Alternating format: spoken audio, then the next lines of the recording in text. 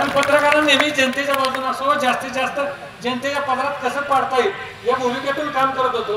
परंतु जनतेने जेवढी मागणी केली त्यापेक्षा दुप्पट आपण जनतेला दिली। त्यामुळे आम्हाला आपल्याला विरोधात छापायचं किंवा भूमिका मांडायची संधी आपण दिली नाही।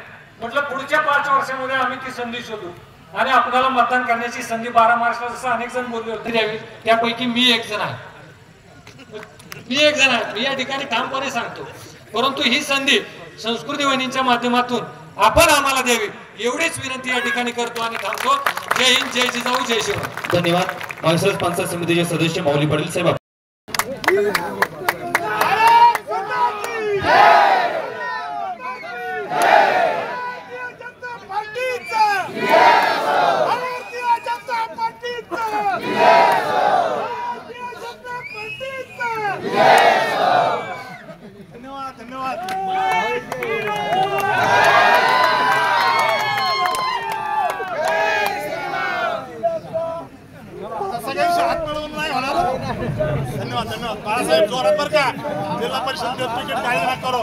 आज आपल्याला रेशो जर बघितला, भारताच्या लोकसंख्येचा रेशो आहे 35च्या आसपास, पण इथं समोर जर ऍव्हरेज जर काढलं तर तो 25 आहे।